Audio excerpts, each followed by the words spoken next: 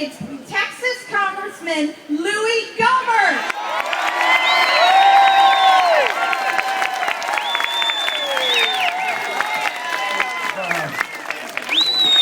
Well, you know what the rain does? It makes things grow.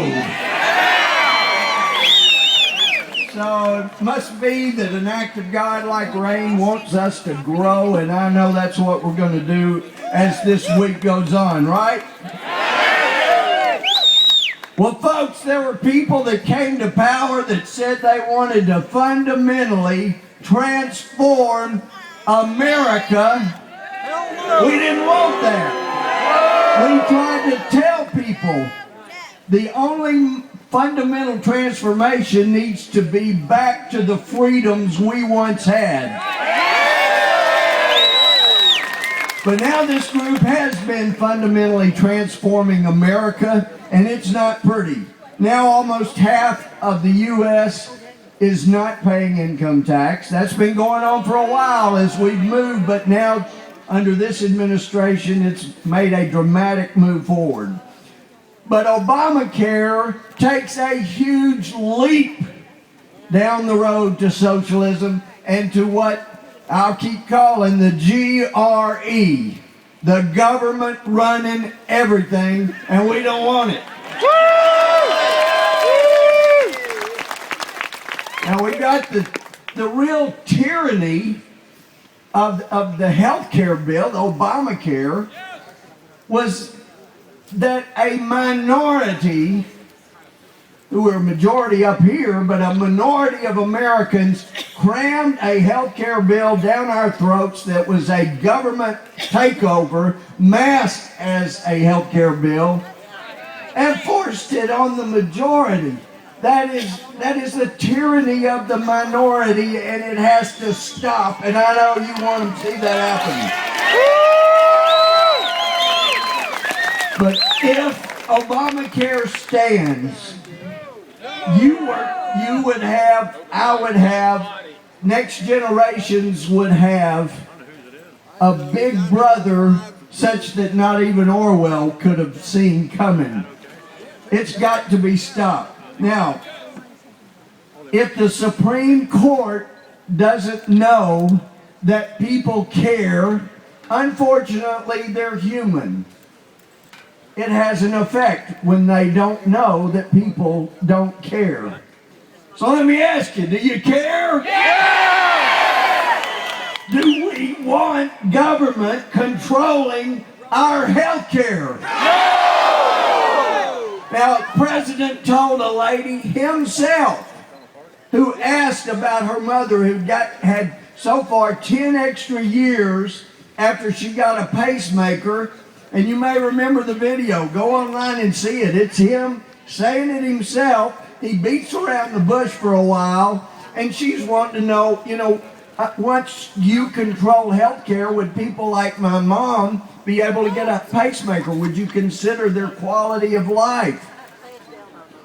He finally gets down to it and says, maybe we're better off telling your mom to take a pain pill. Well, folks, I don't know about you, but the biggest pain I've got is this bill. But I have a prescription. The prescription is a two-step treatment. First, more exercising of the right to vote these people out of office.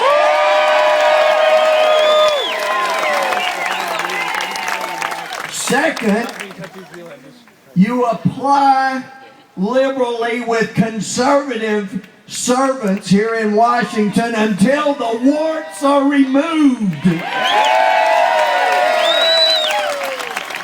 Then in the future, hopefully people will understand what happens when Americans don't get out and hire people on election day. You got to read the resumes, you got to interview the applicants, and then you hire the people that aren't going to take your rights away.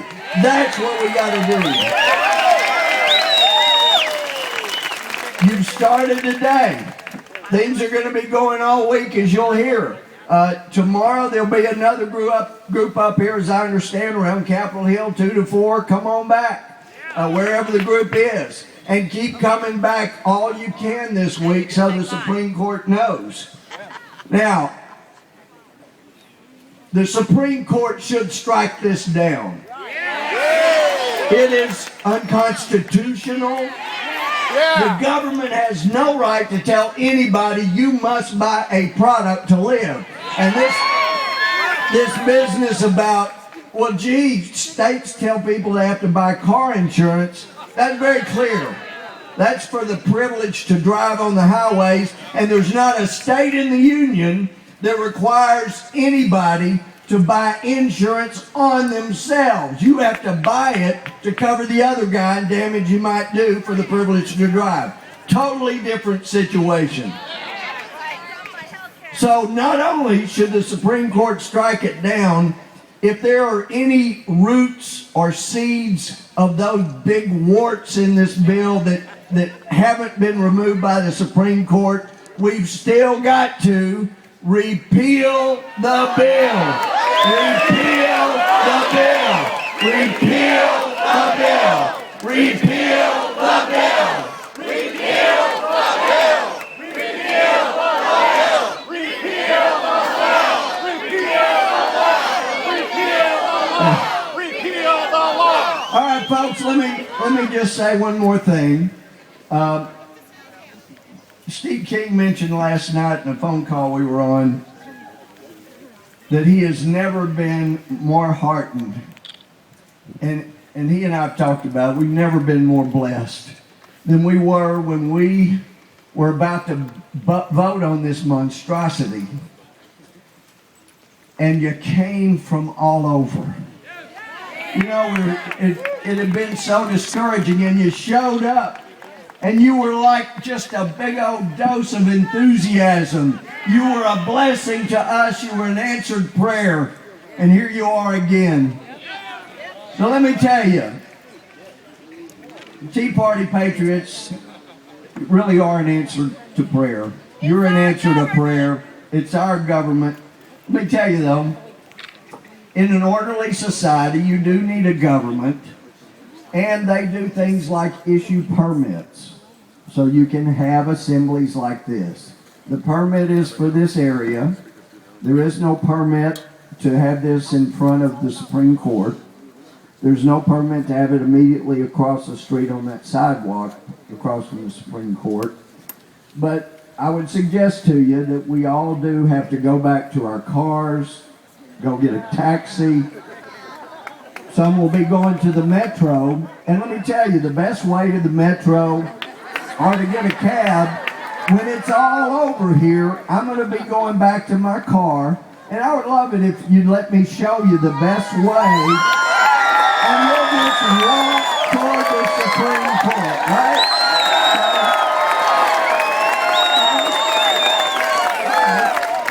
I just want to let you know, I'm willing to show you the best way to go to the metro and to your car, and we'll do that.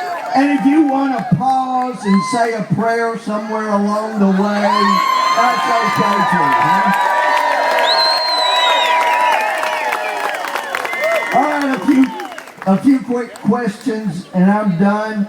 And the answers are simple. It's either yes, we can, or no, we can't.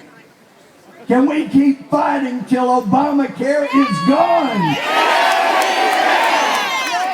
Can we elect a new president? Yes, we can. Can we elect a new majority in the Senate? Yes, we can. Can we force Republican leaders to have the courage of their conviction or get new ones? Yes, we can. If we can, then we'll be cured of this terrible disease. God bless you for coming.